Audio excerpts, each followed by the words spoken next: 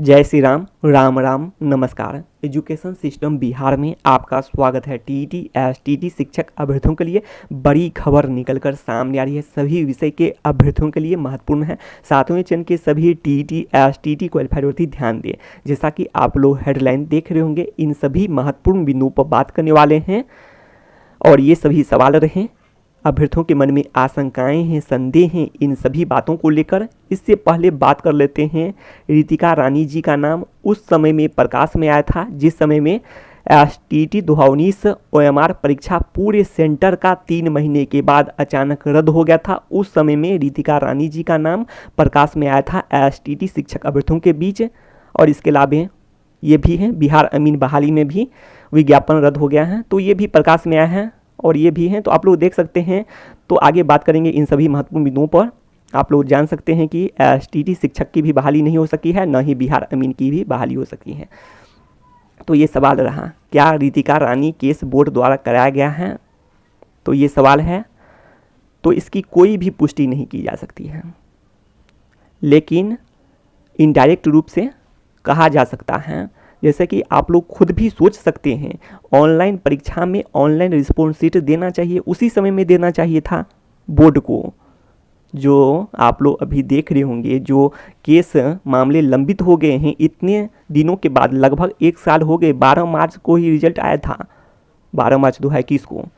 तो इतने दिनों के बाद जो मामले लंबित हो गए हैं, तो इसका ये हो सकता था कि जब ऑनलाइन परीक्षा का ऑनलाइन रिस्पॉन्स शीट दिया जाता तो ये केस तो बनता ही नहीं है। अब आगे बात कर लेते हैं प्रोविजनल आंसर की, जैसे दिया गया बोर्ड द्वारा, बीएसईबी बोर्ड द्वारा प्रोविजनल आंसर की दिया गया। उसके बाद ऑब्जेक्शन हुआ, ऑब्जेक्शन का समय दिया गया था और अभ्यर्थियों ने ऑब्जेक्शन किए और बोर्ड का ये काम था कि सभी ऑब्जेक्शन जो भी अभ्यर्थी किए हैं उस पर विचार हो, उसके बाद फाइनल आंसर की जारी करें और यही फाइनल आंसर की सही माना जाएगा, मान्य होगा हर हाल में।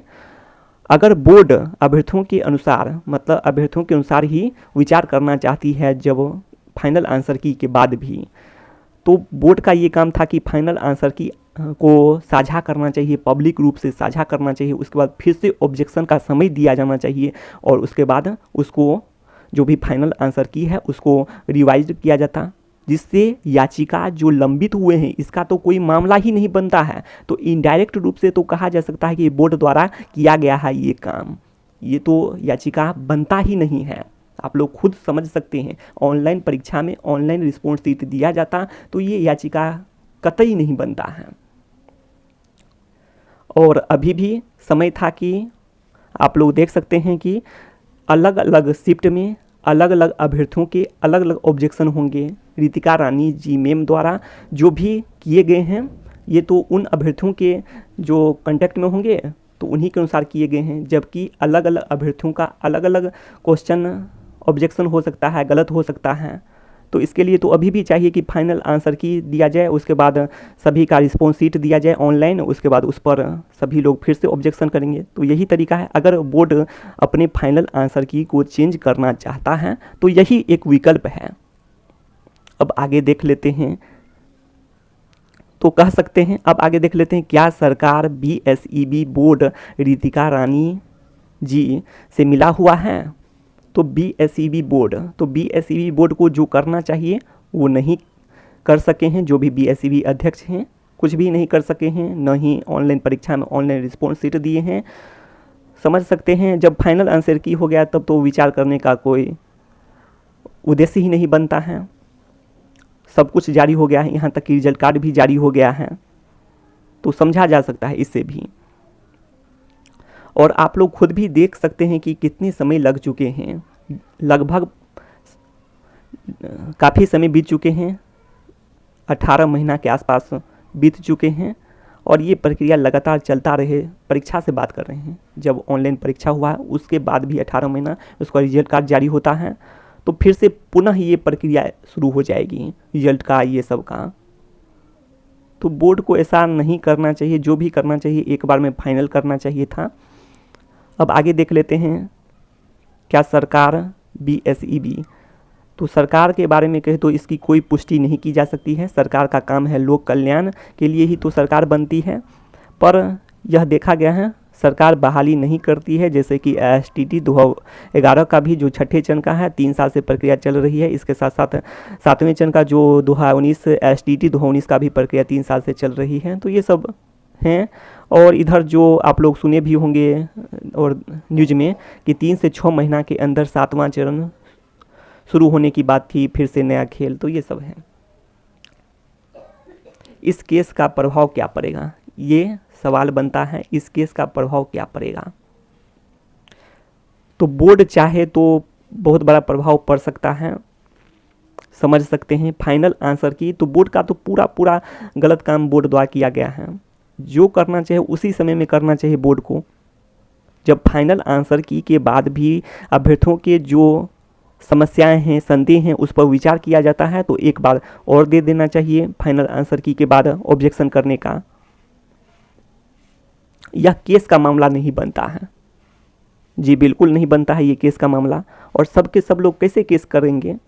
बात तो ये भी बनता है, ऑब्जेक्शन सभी का अलग अलग होता है और सबके सब लोग केस ही करने लगे तब तो हो गया। ये तो बोर्ड और अभ्यर्थी के बीच का मामला है। अब आगे देख लेते हैं।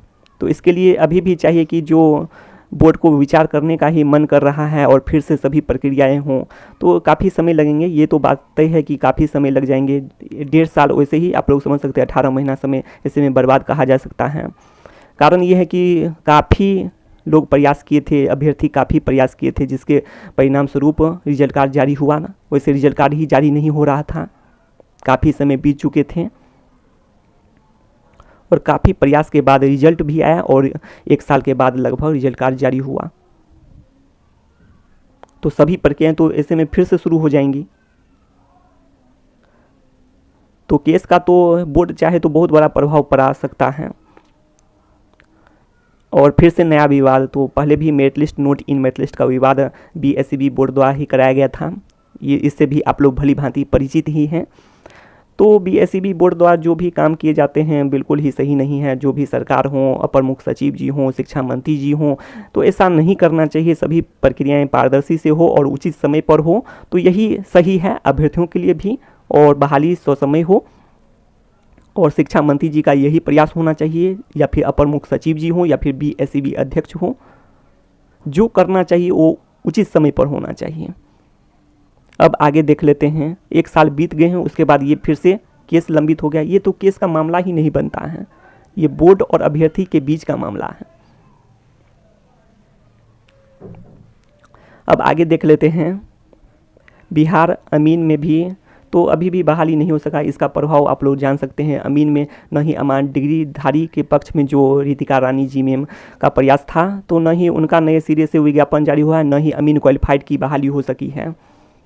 तो दोनों में से किसी का भी नहीं बहाली हुआ है अभी तक, न ही अमीन क्वालिफाइड का, न ही अमान डिग्रीधारी का। और इधर देख लेते हैं STT OMR जो परीक्षा रद्द हुआ, उसमें भी किसी भी शिक्षक का बहाली नहीं हो सका है।